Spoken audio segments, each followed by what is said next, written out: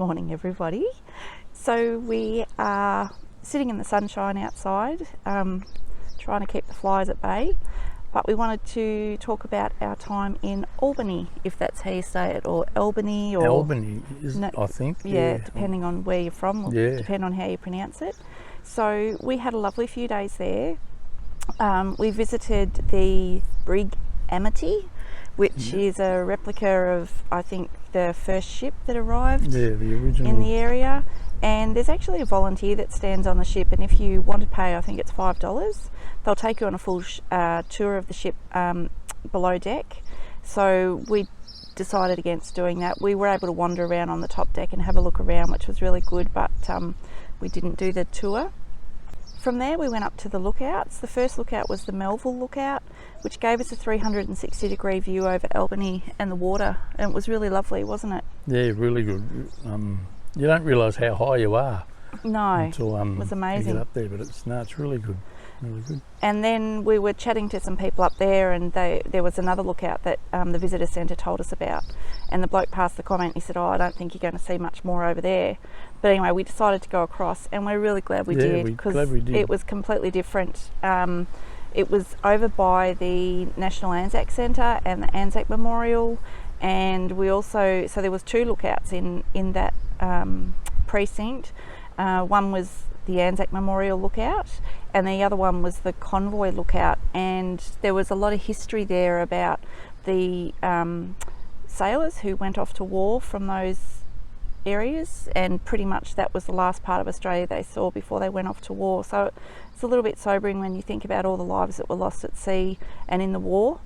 Yeah, I didn't realise. I'm pretty sure it was close to about 42,000 sailors left from Albany, Western Australia. So that was the last bit of, as Mudda said, the last bit of Australian store they saw. Yeah, so we had a look around there. We were there fairly late in the day, so the ANZAC Centre was closed, and we could have gone back the next day, but we decided that we would give that a miss. We do plan on returning to WA in the future, so that's definitely on our list of things to see.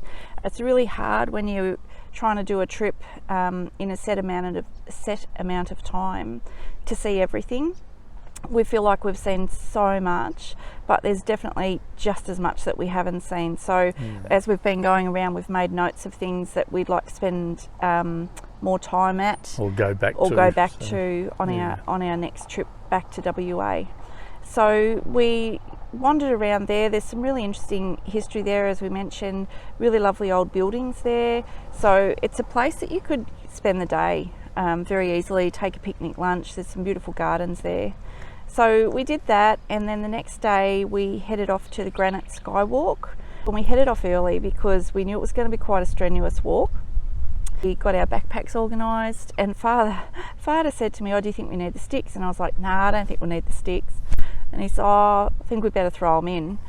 And I don't know why, but in my mind I thought that it would be like a path, but it was a 2.2 one-way trip to the summit, and it was not a path. It started out a path at the bottom part where the picnic ground and the toilets were, but it very quickly became a really steep incline with rock steps and boulders and tree roots, and it was quite steep actually, and there was a lot of people that were stopping on the way up to catch their breath, and we noticed particularly on the way back down how many people were stopping, because I think when you're on your way up you tend to walk at the same pace as everybody else, but it was quite a challenging climb. And when you do get up to the top, there's a sign there that says to the left it's a nice easy walk to a lookout, or to the right it's a 65 metre scramble to the skywalk. And you have to do it. You've got to, like, you've made the effort to get that far, you've got to do the extra 65 whatever metres. But it was 65 metres of scrambling, and you were literally climbing up rocks, and they had these little handles and footholds, and you had to make your way up and across.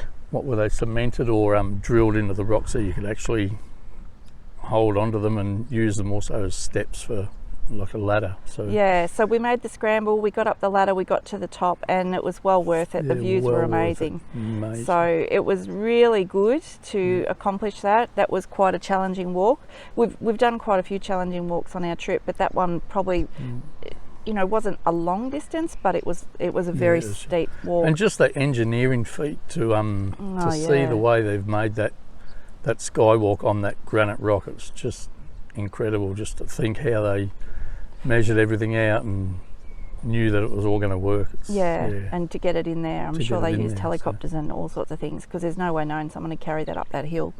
So but the walk back down was very steep as well, so we just took our time coming back down, and that filled in a good part of the day. When we got back to Albany, we went out to the Gap and the Natural Bridge, which are both co-located together. The Gap, once again, another engineering feat.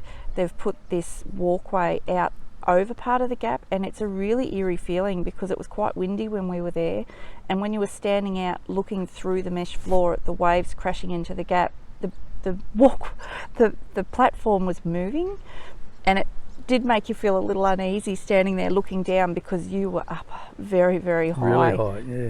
There was a couple of people there once again that weren't keen to walk out onto it, but absolutely amazing. The Natural Bridge, what a phenomenon that is. That's just sitting there, and you can see the fault lines through it. They say it will collapse one day, but I hope when I'm not under it. Or well, they won't let you. They won't let you in there further. When it does go, So, but they were both really, really interesting to see. So we really enjoyed looking at them. And we also visited, as we left Albany, we visited Two People's Bay, and we'd been told about Two People's Bay, and when we got there, I don't know whether our expectations were a little bit high, but I was a little underwhelmed by Two People's Bay. Like, it was nice, but it certainly wasn't breathtakingly beautiful. But when we'd been at the lookout the day before, we'd met a family that had been down to Two People's Bay, and they said, promise us you'll go to Little Beach. So there was a sign to Little Beach, and we drove down, and oh my goodness. Excellent, fantastic. Oh my goodness. So glad we went. It was like you were in another part of the world. It was just beautiful. So we've put some photos in. Kick out, We've put some photos and some drone footage in of Little Beach. It was just beautiful. So we forgot to take photos of where we stayed at Cosy Corner, but it was a free camp. Obviously you need to be self-contained. There was a toilet block there, set back from the beach, so it was quite sheltered, and we spent 2 nights there. So we really messed that one up, not getting a photo of that, so we'll have to leave that one to your imagination. All right, well, we'll leave it there. We thank you for watching this video. Thanks again. See ya. Bye.